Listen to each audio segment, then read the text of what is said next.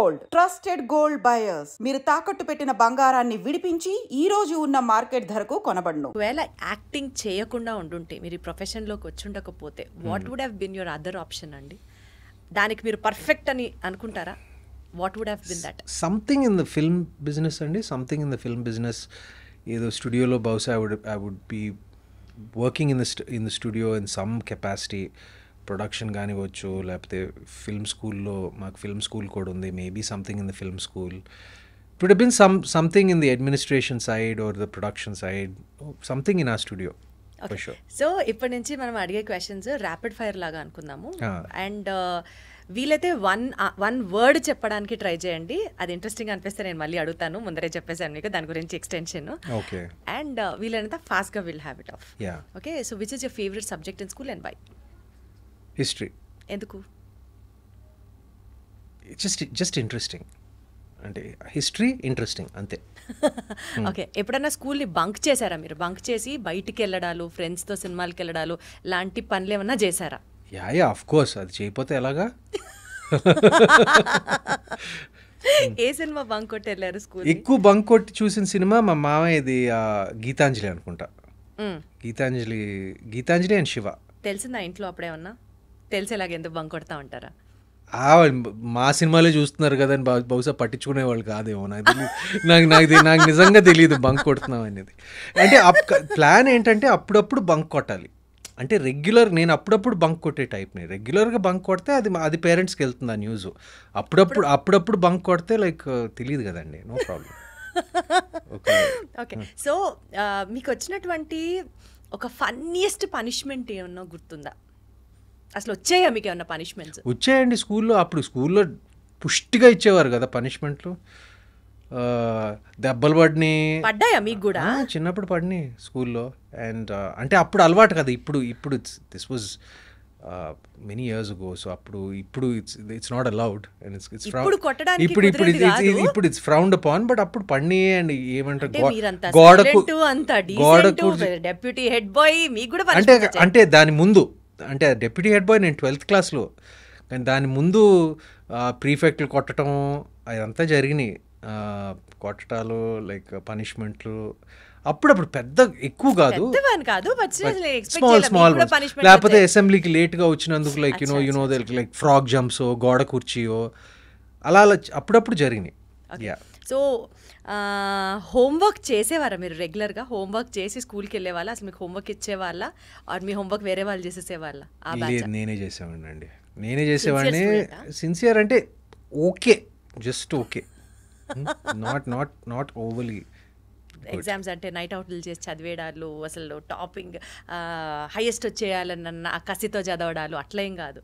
అంటే మైండ్లో ఆశ ఉండేది కానీ వచ్చేది కాదు. ఏం చేయను. ఇంకా స్కూల్ టాపర్ అయిపోదాం, లైక్ ఐఐటి ర్యాంక్ ఫస్ట్ రావాలి, అన్ని కోరికలు ఉంటాయండి. రావాలి కదా, రావు కదా. ఆ కెపాసిటీ లేదు నాకు. అంత కెపాసిటీ లేదు చదువు పట్ల. ఎంత ఆనెస్ట్గా, ఎంత హంబుల్గా ఒప్పేసుకుంటూ చెప్తున్నారంటే ఎంత బాగుందో. స్కూల్ బెల్ మెమరీ ఏదన్నా ఉందా మీకు? యా. ఒక పక్క లంచ్ అయిన తర్వాత పోస్ట్ లంచ్ క్లాసెస్ అన్ని నిద్ర వస్తూ ఉంటాయి. స్కూల్ బెల్ ఎప్పుడు కొడతారా, ఎప్పుడు స్కూల్ అయిపోతుందా అని వెయిట్ చేసిన వాళ్ళలో నేనైతే అసలు I would top the list అనమాట. అలా మీకు ఏమైనా ఎక్స్పీరియన్సెస్ ఉన్నాయి, ఒక స్కూల్ బెల్ ఎక్స్పీరియన్స్? నాకు లంచ్ టైం అంటే బాగా ఇష్టం అండి. మా స్కూల్లో, మా పబ్లిక్ స్కూల్లో లంచ్ చాలా బాగుండేది. సో లంచ్ బెల్ కొట్టినప్పుడు మాత్రం చాలా హ్యాపీగా ఫీల్ అయ్యేవాడిని నేను. అండ్ అఫ్ కోర్స్ ఇప్పుడు స్కూల్ అయినప్పుడు లైక్ క్లాసెస్ అయిపోయి స్పోర్ట్స్ టైం వచ్చినప్పుడు అదంతా like I use to feel good. Yeah. Progress card ఇంటికి రాగానే చూసి అక్షంతలు పట్ట సందర్భాలు ఉన్నాయా? మీరు ఎటకారంగా చెప్తున్నారు అక్షంతలు అని. అక్షంతలు అంటేనే పడిని అంటే అప్పుడప్పుడు మరీ ఎక్కువ కాదు. అప్పుడప్పుడు అంటే నేను కొంచెం మ్యాథ్స్లో వీక్. సో అంటే మరీ కన్సిస్టెంట్గా ఫెయిల్ అయ్యే రకం అలా కాదు నేను. సో నేను జస్ట్ అలా ఒక ఫస్ట్ క్లాసు డిస్టింక్షన్ మధ్యలో ఎక్కడో ఉండేవాడిని. Like just about I was a first class student. ఆ ర్యాంక్లన్నీ ఇంకా ఉన్నాయా? ఫస్ట్ క్లాస్ డిస్టింక్షన్ ఉంది కదా ఉన్నాయి, ర్యాంకింగ్ సిస్టమ్ తీసేసారు. ఇప్పుడు వేరేగా ఉంది కదా. But I was about a first class grades ఉన్నాయి. ఇప్పుడు సంవత్సరం అయిపోయిన తర్వాత బెస్ట్ అవుట్ గోయింగ్ స్టూడెంట్ అని ఇస్తున్నారు. I was a first class student. అప్పుడప్పుడు కొంచెం ఫెయిల్ అయినప్పుడు కొన్ని మీరు చెప్పినట్టు అక్షంతలు పడినాయిలేండి. బట్ మా తాతగారి దగ్గర నుంచి కాదు, మా ఫాదర్ దగ్గర నుంచి, మా అమ్మ దగ్గర నుంచి పడేవి. చదవకపోతే ఎట్లాగా, చదవాలి లైట్గా అంతే. మీరు ఏదైనా ఒక క్రిటిసిజం రాగానే సీరియస్గా తీసుకుంటారా, లేకపోతే you work on it, you know బుర్ర పగిలిపోయి అంత ఆలోచించేసేసి ఏం చేయాలి అని చెప్పి ఆ టైప్ ఆఫ్ పర్సనాలిటీయా, లేకపోతే తిట్టారా, వదిలేమా, జరిగిందా, నా స్పేస్లోనే ఉన్నానా అనుకునే టైపా? అంటే క్రిటిసిజం అనేది సహజమే, ఎందుకంటే మనం కొన్నిసార్లు constructive criticism also helps so much. Some times నేను క్రిటిసిజం విన్నప్పుడు నేను కొంచెం ఆలోచిస్తానండి. నేను ఎప్పుడు పర్సనల్గా తీసుకోను, మరీ పర్సనల్గా తీసుకోను. ఎందుకంటే ఎస్పెషలీ ఈ లైన్ ఆఫ్ వర్క్లో ఉన్నప్పుడు మరీ పర్సనల్గా ఏమీ తీసుకోకూడదు. అప్పుడప్పుడు కొన్ని ఉన్నా కూడా నేను కొంచెం లైట్గా తీసుకుంటాను. ఈ వృత్తిలో ఉన్నప్పుడు ఇది సహజమే, your popular celebrity, your going to be talked about అనే మైండ్ సెట్ పెట్టుకుంటే, నేను ఎక్కువ సోషల్ మీడియాని చూసే రకాన్ని కాదు, ఇంటర్నెట్లో నా గురించి ఏం రాస్తున్నారని రకం కాదు. బట్ ఏదైనా కన్స్ట్రక్టివ్ క్రిటిసిజం నాకు వినిపిస్తే, నాకు అది లెజిటిమేట్ అని అనిపిస్తే, నేను డెఫినెట్గా I will do something about it. But నేను తెగ ఫీల్ అయిపోను నేను ఇది. ఎందుకంటే not only in terms of criticism Sumanth garu, what I meant was you take life seriously or just accepted the way it comes అలాగా. బికాస్ కొన్నిసార్లు మనం ఇలా అనుకోవాలి, ఇలా చేయాలి అని ప్లాన్ చేసేసి లైఫ్ అది జరగకపోతే విపరీతంగా డిప్రెస్ అయిపోయి, you know some people will be very sensitive, some people ఏదైనా సరే nothing is going to harm me అనుకునే type. What kind of personality are you? I think I'm somewhere in between. I'm kind of balanced. అన్ని middle లోనే ఉంటారా? అంటే మరీ లైట్గా ఇది తీసుకోకూడదు, మరీ సీరియస్గా కూడా ఎక్కువ తీసుకోకూడదు. కొన్ని విషయాలు ఆఫ్ కోర్స్ తీసుకోవాలండి, it depends on the situation. But I look at things, ప్రతి విషయాన్ని ఎవ్రీథింగ్ ఇన్ కాంటెక్స్ట్ ఏమంటారు, దానికి సంబంధించిన ఆ కాంటెక్స్ట్లో నేను చూస్తాను. అంటే నేను మరీ సీరియస్గా తీసుకోను, మరీ లైట్గా కూడా తీసుకోను. నేను అంటే మీరు ఓవర్ థింక్ కాదు అలా అని చెప్పి, ఓవర్ థింకర్ కాదు అలా అని చెప్పి అలా పట్టించుకోనే రకం, అలా ఆ రకం కూడా కాదండి, మధ్యలో ఎక్కడో ఉంటాను నేను. అంటే like I think about things. అంటే మనం అన్నీ కంట్రోల్ చేయలేమండి.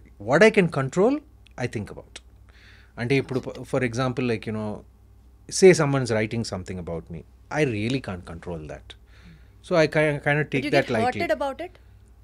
Like maybe I don't know, I don't really like think about it so much. It depends on what is said and what is written. Like obviously కొంచెం feeling ఉంటుంది, but నేను మరీ అంత ఎక్కువ తీసుకునే రకం మాత్రం కాదు. దేవుడు నమ్ముతారా మీరు? ఐఎమ్ అన్ అగ్నాస్టిక్ అండి. ఒక హయ్యర్ పవర్ ఉందని నేను నమ్ముతాను. అది దేవుడా లేకపోతే it can be anything. I'm not an agnostic. Agnostic అనేది no, I'm sorry, I'm an agnostic. I'm not an atheist. Atheist అంటే దేవుడు లేడు అని క్లియర్గా, that's the feeling. I'm not an atheist. దేవుడు ఉండొచ్చు, ఒక హయ్యర్ పవర్ ఉండొచ్చు, అంటే పొద్దున్న లేచిన వెంటనే దండం పెట్టుకోవడాలు, గుళ్ళకి వెళ్ళడాలు, ఈ సినిమా లేదండి. కానీ ముందర చాలా మంది వెళ్తూ ఉంటారు కదా, గుళ్ళకి వెళ్ళడాలు నేను ప్రత్యేకంగా చేయను. ఐఎమ్ నాట్, నేను రిచువల్స్ అనేది నేను ప్రత్యేకంగా నేను స్వయానా ఫాలో అవ్వను. కానీ మా వెల్ విషర్స్ కానీ, సినిమా ఏదో ముహూర్తం పూజ ఉన్నా కానీ, లైక్ అవన్నీ నేను ఏమంటారు సిన్సియర్గా చేస్తానండి అది. Because I believe we don't know everything. ఏదో ఒక హయ్యర్ పవర్ ఉంది, అది ఏంటో నాకు తెలీదు, కానీ I'm mindful of that. You mindful about it. మీరు ఎక్కువ సోషల్ యాక్టివిటీస్లో ఇన్వాల్వ్ అవ్వడం ఇష్టపడతారా? Like helping somebody who is in need, అలాంటివి యూజువలీ చేసినా చెప్పరు కొంతమంది. బట్ నేను ఈ పాయింట్ ఎందుకు అడుగుతున్నాను అని అంటే, బికాజ్ ఆ క్వాలిటీ కనుక ఒకవేళ you never know when that quality inspires other people also. You believe in that అని అడుగుతున్నా. I do to the best of my ability అండి. అంటే అన్నిటికీ చేయలేము, కానీ whatever opportunity comes my way, నేను I definitely do what I can. నా స్తోమతకి నేను ఏం చేయగలను నేను చేస్తానండి. చేస్తున్నారా అలా ఆల్రెడీ? యా చేస్తానండి. Like I have some few scholarships for some kids. Nice. Then I have like I do small things like I adopt certain like road మీద కుక్కకి ఏమైనా దెబ్బ తగిలితే like I call like veterinary hospital and have it checked out and దాన్ని కొంచెం I make sure like అది హెల్తీగా ఉందా లేదా, small things like this. But yeah I have a reasonably helping nature is what I feel. Wonderful. So to conclude our interview అండి, అనగనగాకి relate అవుతూ ఆడియన్స్కి ఈ